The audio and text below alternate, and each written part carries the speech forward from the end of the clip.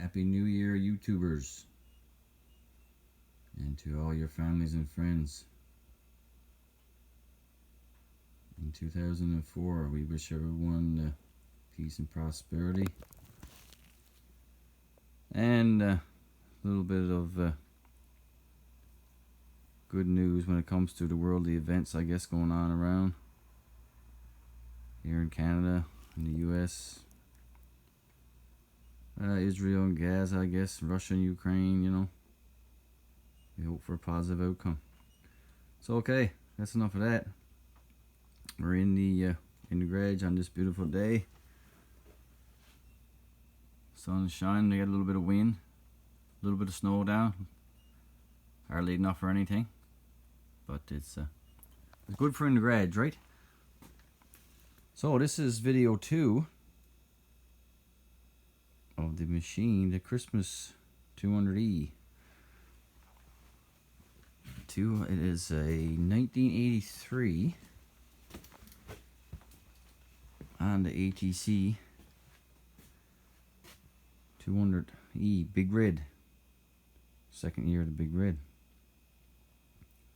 Just high and low, of course. No reverse, chain drive. This was the true example of a survivor. Was stored for years.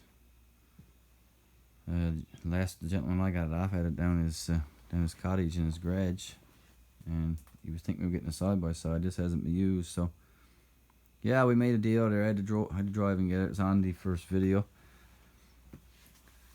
But this is the third day, I think now. The first and second day was just pretty much a preliminary inspection to see what is and what isn't, I guess, on a 40-year-old machine.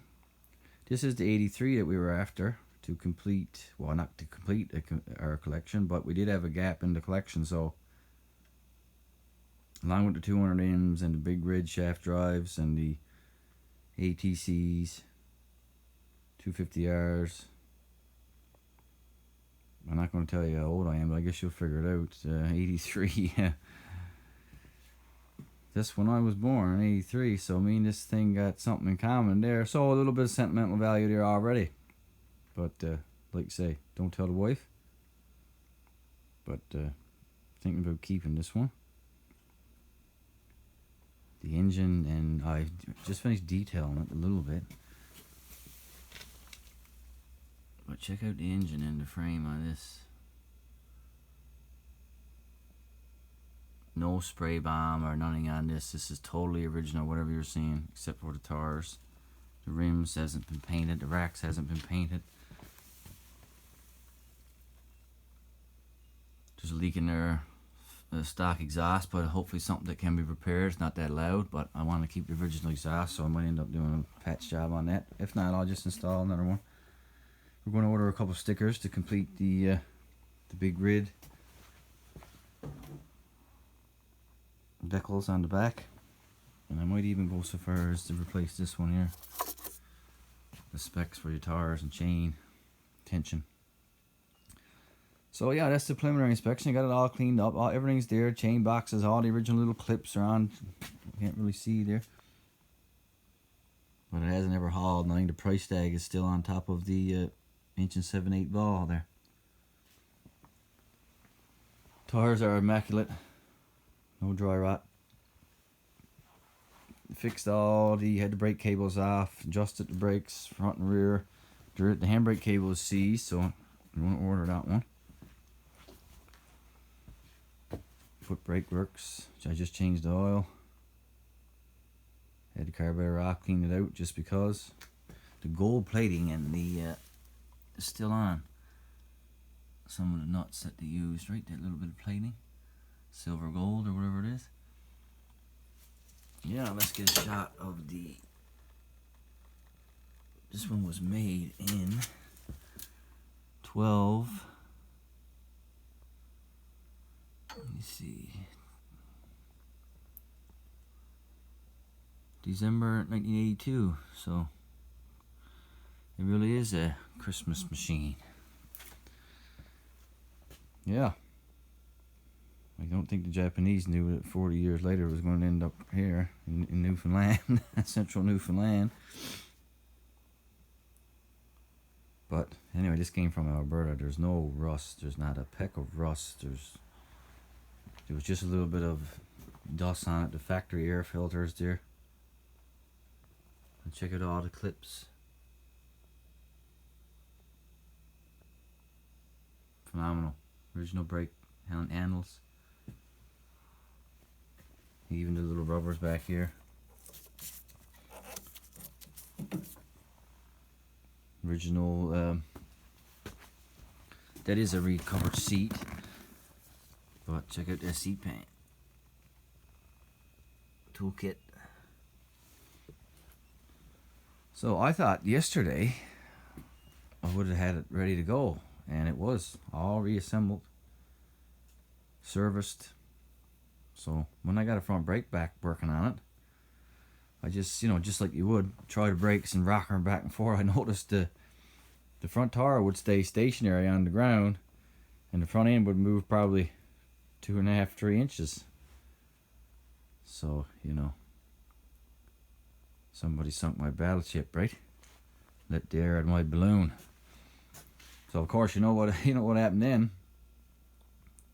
Brainstorming, and I knew these 82s and 83s.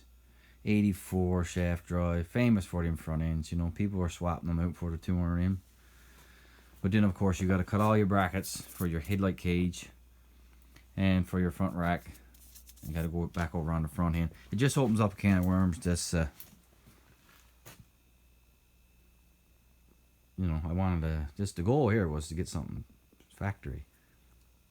Because the last video, the veteran we completed for my great uncle. I'll get another video on that one too when I install the couple of little parts that are left. But anyway, that was a restoration, more or less. You can look at it, you can tell this is painted and that's painted and this is not stock and whatever. But this one I wanted to have one that say, well, that was never touched. This was never touched. There's no Phillips head marks. There's no 12mm. There's no marks on the engine. There's nothing touched. So that's the goal.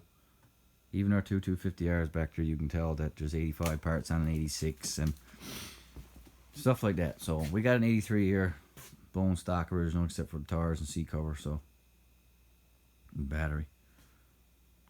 So that's pretty good. So it was kind of a hiffing and on what we were going to do with this front end. The tire, the axle came out of the front hub. There wasn't nothing seized on the inside. The collar wasn't seized, so that was one bonus. And the moment of truth was when I took the 14mm acorn nuts off the bottom of the shocks there.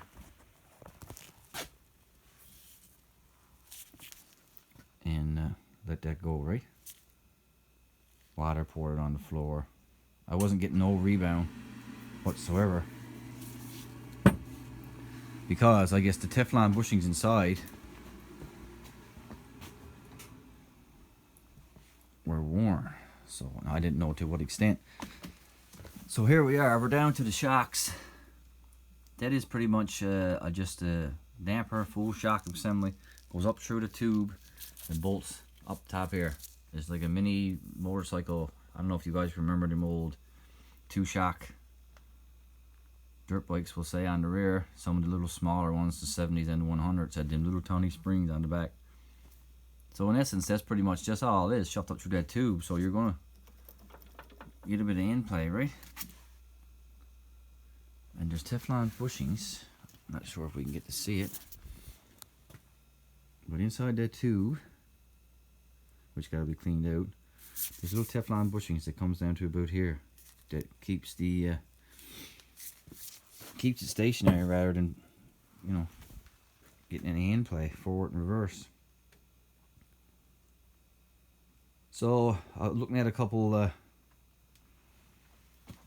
chats there on a couple sites, and apparently you can still get the sleeves. So I don't know. That's what we're going to check out. And we're going to replace the boots, They are original, but there's a couple rips in them, so we'll see when we get there. I got a front end here that came off Noah's Ark, because what the plan was first, you know, you get disgruntled, so you're just thinking about, I was thinking about hauling back these boots and putting the bead of welding across, but then it's rigid, then you're not getting no rebound, and once it's done, it's done. So there's a bit of rebound in each one of them now, I guess, where we haven't got the strain on it, the forward strain. So yeah, so surprisingly, look at that tube.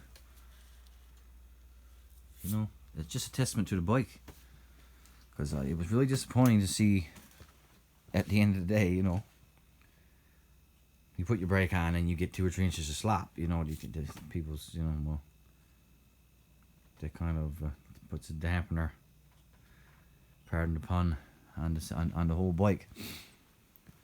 So we're going to go that route. We're going to try to get some Teflon bushings. If not, we maybe might be able to get them made up, or brass. Someone mentioned something about some brass. And get that tight as we can. And I'm going to go ahead and pull the rebound, pull the dampers out of that front end, just in case I need some extra parts. So yeah, we'll give you another videos when we get back. There's nothing open today, of course, because it's New Year, so we're going to have to go sourcing some parts, some boots, sleeves. I'm going to remove them dampers now and clean them up. I guess there's a certain amount of hard grease or something you got to put in there. So yeah, looking on eBay, and for a front end almost in the condition that that's in, which is ready for the junk pile. I had that for about 5 years. I never threw it away for some reason, and it's good, because it's going to, all that stuff comes in handy, guys. Even if so what the plan was, I was going to weld this one first, just to get an idea of what I could do with this one, but then I could put the boot down over, and you wouldn't even tell unless you had somebody on the front rack with a pamper on. So yeah, you know, I didn't pay much for this machine, so I'll probably leak that out in the last video, like we did with our last one with the in budget reveal. You guys can say if it's worth it or if it's not worth it. You know, there's not much sentimental tie to this, but yeah, 1983 200E. I have one of these. One of my first machines was a 200E back in 96. I'm gonna say 96, 97. Young gaffer going around, and they rolled in.